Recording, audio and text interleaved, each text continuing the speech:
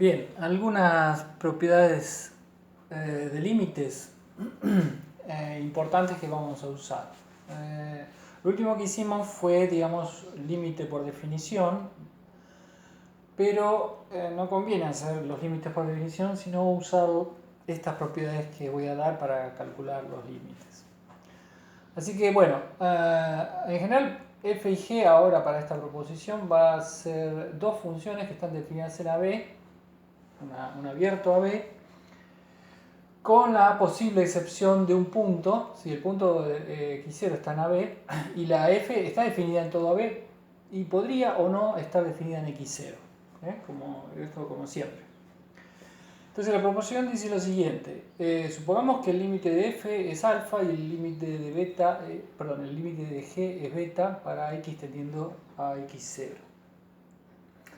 Entonces lo que dice básicamente la proposición es lo siguiente, que el límite de una suma es la suma de los límites, es decir, límite de f más g cuando x tiende a x0 es el límite de f cuando x tiende a x0 más el límite de g cuando x tiende a x0, o sea, es alfa más beta. Esto es, uno lo puede pensar como que el límite se puede distribuir adentro de la suma.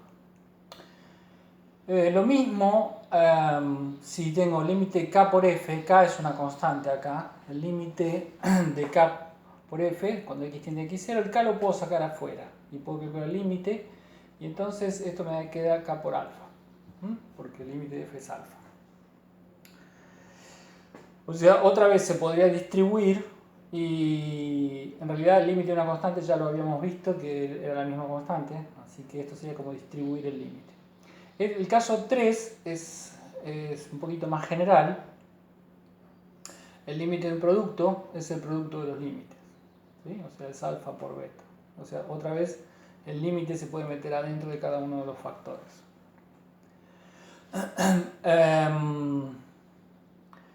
Y una observación, el punto 2 en realidad se saca del 3, porque si uno prueba el 3 y usa como f la constante, o si quieren la g como constante, entonces habíamos probado en el video anterior que el límite de una constante es la constante, o sea que en realidad el 2 es un caso particular del 3. Bueno, y la última es respecto del cociente de funciones. Y acá estoy suponiendo que el límite de g, que es beta, es no nulo, es distinto de 0. Entonces, si este límite es no nulo, entonces lo que sucede es que la función g en realidad es distinta de 0 en un entorno restringido de x0. Y uno puede entonces puede dividir por g, porque no es nula, en un entorno restringido del x0. Entonces esta función está definida, quizás no en todo AB, pero sí en un entorno restringido, ¿sí? Lo que, repito, lo que pasa en x0 no me interesa, pero en un entorno restringido de x0 sí, la tengo definida. Entonces bajo esas condiciones, o sea que el beta es distinto de 0, esto está bien definido, y el límite del cociente es el cociente de los límites, es alfa sobre beta. ¿Okay? Entonces, en esencia es que el límite es distributivo. Vamos a ver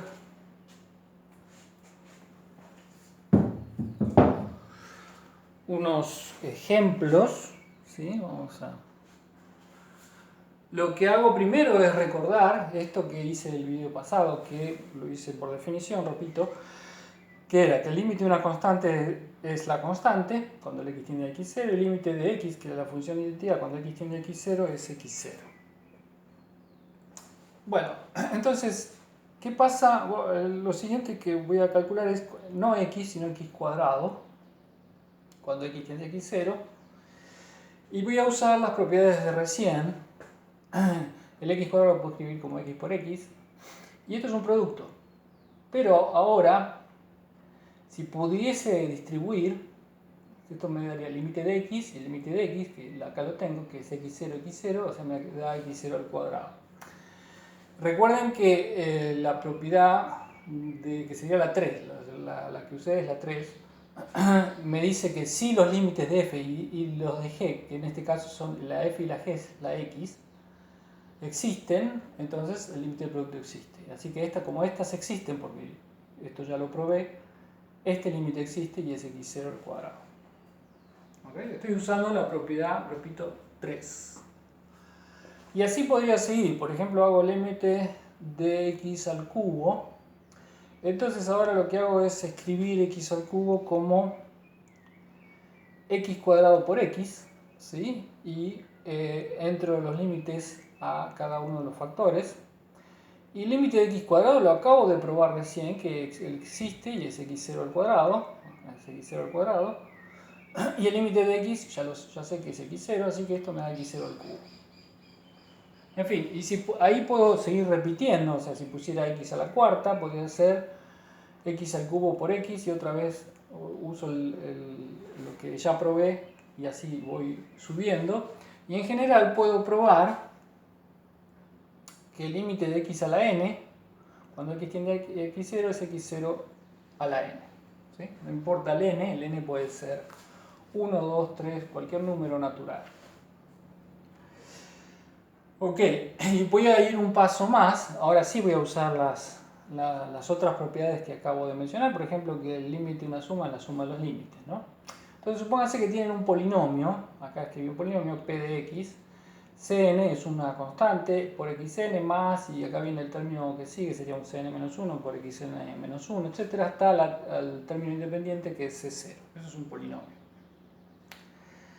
Entonces, quiero saber cuánto da, o si puedo calcular el límite de este polinomio cuando x tiende a x0. Bueno, así que escribo el polinomio, es todo esto. Y ahora, el límite de una suma es la suma de los límites, ¿sí? Si cada uno de estos límites existe, ¿no? Habría que ver. Ahora, tomé un factor, por ejemplo, este factor es una constante por x a la n. Yo acabo de probar que x a la n tiene límite. Y la constante ya sabía que tenía límite, así que el límite del producto, es el producto de los límites, es la constante. Usé acá la propiedad 2, que voy a sacar la constante. El límite de xn es x0 a la n, así que me da cn por x0 a la n. Y eso lo hago con cada factor. El último factor es una constante, o sea que el límite es la constante. Y lo que veo es que la forma en que me queda es exactamente el mismo polinomio, pero evaluado en el punto x0. O sea, el límite del polinomio p de x cuando x tiende a x0 es el polinomio evaluado en el punto x0. ¿Okay? Acá usé exactamente todas las... Bueno, no todas, la 4 no la usé porque no hay división, pero usé las propiedades de recién. ¿Sí? En general, si uno lo hace por definición, por ejemplo, si ustedes quisieran probar que x al cubo tiene esta propiedad, o sea, el límite de x al cubo, cuando x tiende a x0 es x0 al cubo, es más complicado hacerlo por definición. Es complicado. Pero de esta manera es bastante simple. Bien. Algunas definiciones que voy a necesitar, voy a dar más ejemplos después, pero necesito dar algunas más propiedades y necesito una definición. Una función f de x se dice acotada en un conjunto K, de R. Si existe, este es el símbolo de existen, si existe un número m positivo tal que el valor absoluto de f de x es menor o igual que m para todo x en el conjunto de definición. Bien, ¿qué es esto? A ver, la condición esta, acá tengo el valor absoluto, me dice que lo que está dentro no puede superar m ni menos m. Es decir, la condición esta es equivalente a esta condición, si uno la hace por propiedades de valor absoluto. O sea, la f de x no puede valer siempre que el x sea un punto de donde está definida la función. La f de x es más grande que menos m y más chica que m. A ver, el ejemplo típico gráficamente, por ejemplo, si el conjunto de definición K es un abierto, AB, sería esto. Acá pongo m, menos m, y la gráfica de la función está encerrada entre menos m y m. ¿Sí? Acá no hay gráfica, ni acá abajo hay gráfica. ¿Okay? Eso sería una función acotada. O sea, por arriba tiene una cota y por abajo tiene una cota. ¿Okay? La cota es arriba m y abajo menos m. Un ejemplo, tomen la función 1 sobre x, acá tengo la gráfica, la hipérbola. ¿Sí? Si uno la mira en el intervalo 1, 2, acá está 1, 2, la función está acotada. De hecho, la cota que pueden usar es 1. ¿Sí? Por acá, si ven la gráfica, está acotada por 1 acá y por menos 1, seguro acá abajo. Y la gráfica está ahí adentro, entre menos 1 y 1. Sin embargo, la función no está acotada en 0, 1. Porque si uno toma el 0, cercano a 0, la función se va para arriba, como a infinito, y ahí no la puedo acotar nunca. Nunca hay un número, digamos, positivo tal que la gráfica queda encerrada por abajo, sino que la función se escapa siempre por arriba. ¿Okay? Así que esa es la definición de lo que es una función acotada. Y la otra definición que voy a necesitar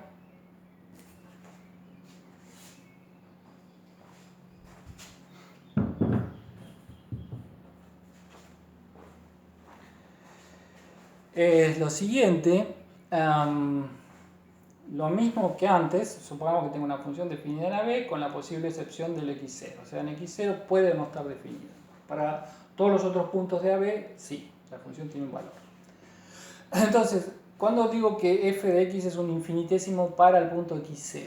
Bueno, dos cosas. Primero es que el límite existe y es igual a 0. ¿Sí? Eso es lo que es un infinitésimo. Es una función que tiene el límite 0 en el punto x0. Por ejemplo, a ver, la función f de x igual a x al cuadrado, ahí la dibujé. Una parábola es un infinitésimo para el punto 0. ¿Okay? Porque recién lo vimos, esto tiende a 0, cuando x tiende a 0. Pero no es un infinitésimo para x0 igual a 1, porque la función tiende a 1. Ahí. ¿Okay? O sea, es una función, esta es una función para 0 y en realidad para cualquier otro valor que no sea 0, el valor del límite es distinto de 0. Así que no es un infinitésimo para cualquier otro punto que no sea 0.